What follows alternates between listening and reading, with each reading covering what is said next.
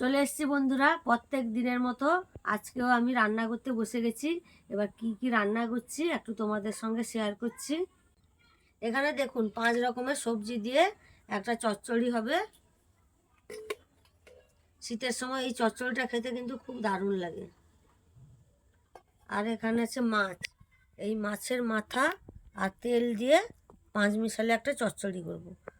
এখানে আছে silver cup মাছ, silver cup মাছ দিয়ে আলু, ওলকপি আর আমসি দিয়ে টক করবে। একটু টমেটো বেটে দেবো, টমেটো দিয়ে টক হবে।